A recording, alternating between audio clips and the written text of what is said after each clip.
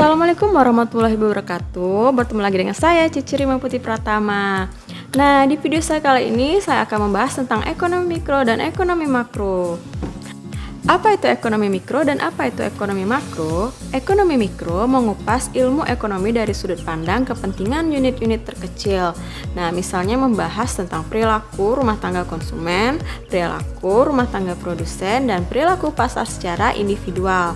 Sedangkan ekonomi makro mengupas perilaku perekonomian sebagai suatu keseluruhan atau istilah lainnya itu agregat dan mengabaikan masalah-masalah yang dihadapi unit-unit individu. Perbedaan dari ekonomi mikro dengan ekonomi makro, kalau ekonomi mikro itu analisis yang bersifat bagian-bagian atau unit-unit terkecil. Sedangkan di ekonomi makro, analisisnya itu bersifat menyeluruh atau agregat. Nah, titik berat analisisnya itu ekonomi mikro yang dibahasnya itu cara mewujudkan efisiensi dan cara menggapai atau mencapai kepuasan. Sedangkan di ekonomi makro itu yang dianalisisnya titik beratnya adalah faktor yang menentukan si tingkat kegiatan ekonomi suatu negara, masalah-masalah utama perekonomian, dan peran pemerintah mengatasi masalah ekonominya.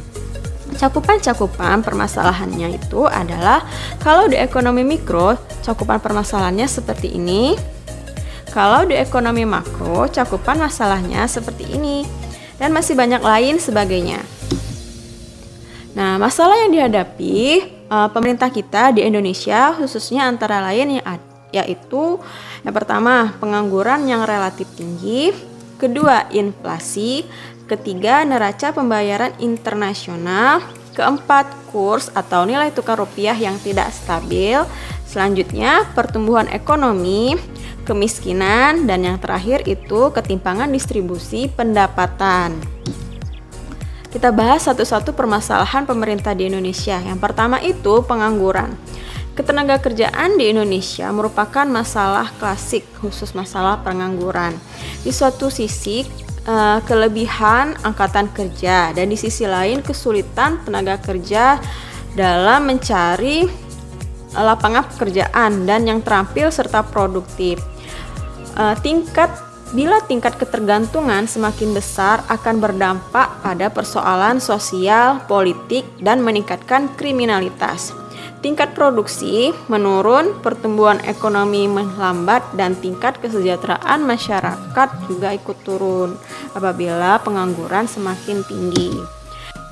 Selanjutnya itu masalah inflasi. Inflasi adalah menurunnya nilai mata uang dalam negeri terhadap nilai mata uang asing. Nah, pengendalian inflasi ini sangat penting agar tidak tinggi dan dalam kondisi stabil. Inflasi yang tinggi berdampak pada pendapatan real masyarakat terus turun sehingga standar hidup masyarakat juga ikut turun. Inflasi yang tidak stabil berdampak pada kondisi yang tidak pasti bagi dunia usaha dan pengembalian keputusan. Nah, pengalaman sebelum-sebelumnya menunjukkan bahwa inflasi yang tidak stabil mengakibatkan masyarakat kesulitan dalam berkonsumsi, berinvestasi, dan berproduksi. Akibatnya selanjutnya menurunkan pertumbuhan ekonomi. Nah, jika inflasi dalam negeri tidak tinggi dengan negara lain akan berdampak pada tingkat suku bunga domestik real menjadi tidak kompetitif dan memberikan tekanan pada nilai mata uang dalam negeri. Masalah selanjutnya adalah masalah pembayaran internasional atau istilah lainnya NPI. Nah, yang menjadi sorotan dalam NPI ini adalah neraca transaksi berjalan atau current account. Nah, yaitu merupakan gabungan antara neraca perdagangan ekspor-impor dan neraca jasa yang mencangkup jasa atau faktor produksi dan jasa non-faktor produksi. Nah, neraca pembayaran dapat defisit jika impor lebih besar dari ekspor. Neraca pembayaran dapat surplus jika ekspor lebih besar daripada impor. Masalah selanjutnya adalah kurs atau nilai mata uang. Seperti halnya inflasi, kestabilan kurs sangat penting. Jika kurs tidak stabil akan mengganggu roda perekonomian negara. Hal ini dikarenakan pelaku ekonomi kesulitan dalam mengambil keputusan ekonomi. Nah, contohnya itu seperti di Indonesia pada tahun 1997 waktu krisis moneter. Pada tahun 1997 itu $1 itu 4.650 menjadi 8.025.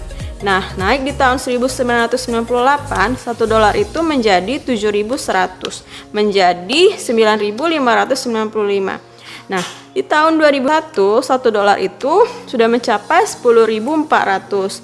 Nah, coba hitung jika pada tahun 1997 perusahaan mempunyai hutang $100.000 yang jatuh pada tempo tahun 2001, berapa rupiah yang harus dia bayar? Dan hitung selisihnya.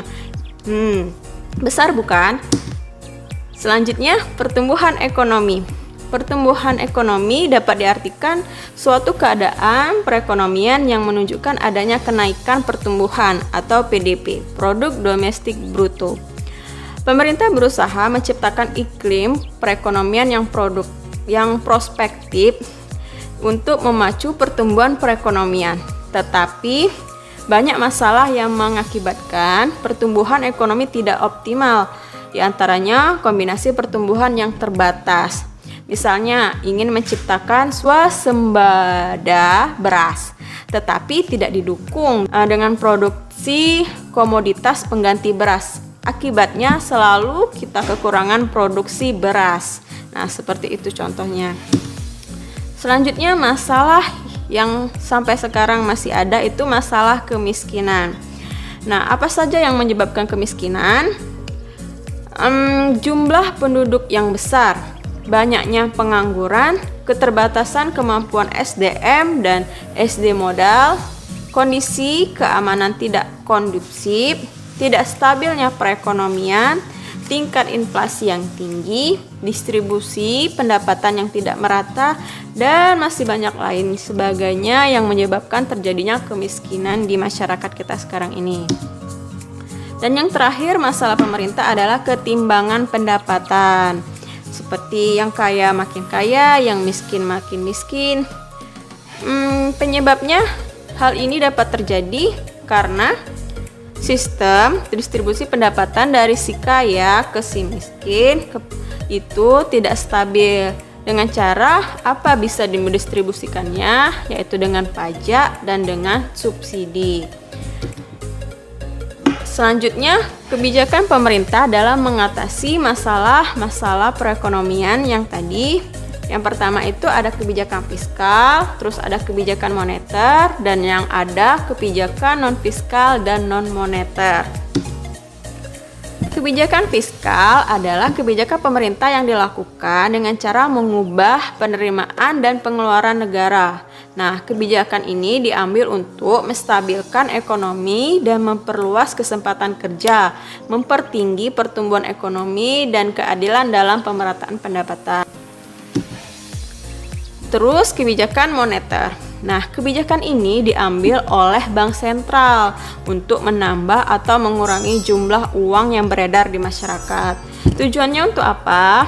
Untuk menjaga kestabilan ekonomi, menjaga kestabilan harga, meningkatkan kesempatan kerja, dan memperbaiki posisi neraca perdagangan dan neraca pembayaran. Caranya dengan cara yang pertama itu kebijakan pasar terbuka, terus kebijakan diskonto, kebijakan cadangan kas, kebijakan kredit selektif, dan kebijakan lain yang dipandang pemerintah itu yang paling sesuai dengan keadaan. Selanjutnya itu ada kebijakan non-moneter dan non-fiskal atau kebijakan lain. Selain dari kebijakan pemerintah yang tadi, pemerintah juga dapat melakukan kebijakan mengendalikan tuntutan kenaikan pendapatan, mendorong peningkatan efisiensi, mengembangkan infrastruktur, dan mengeluarkan peraturan yang mendukung pertumbuhan ekonomi yang lebih kondusif lagi. Oke, demikian video saya kali ini. Mohon maaf apabila ada kesalahan. Apabila ada pertanyaan bisa di komen di bawah ini. Jangan lupa like, subscribe, komen.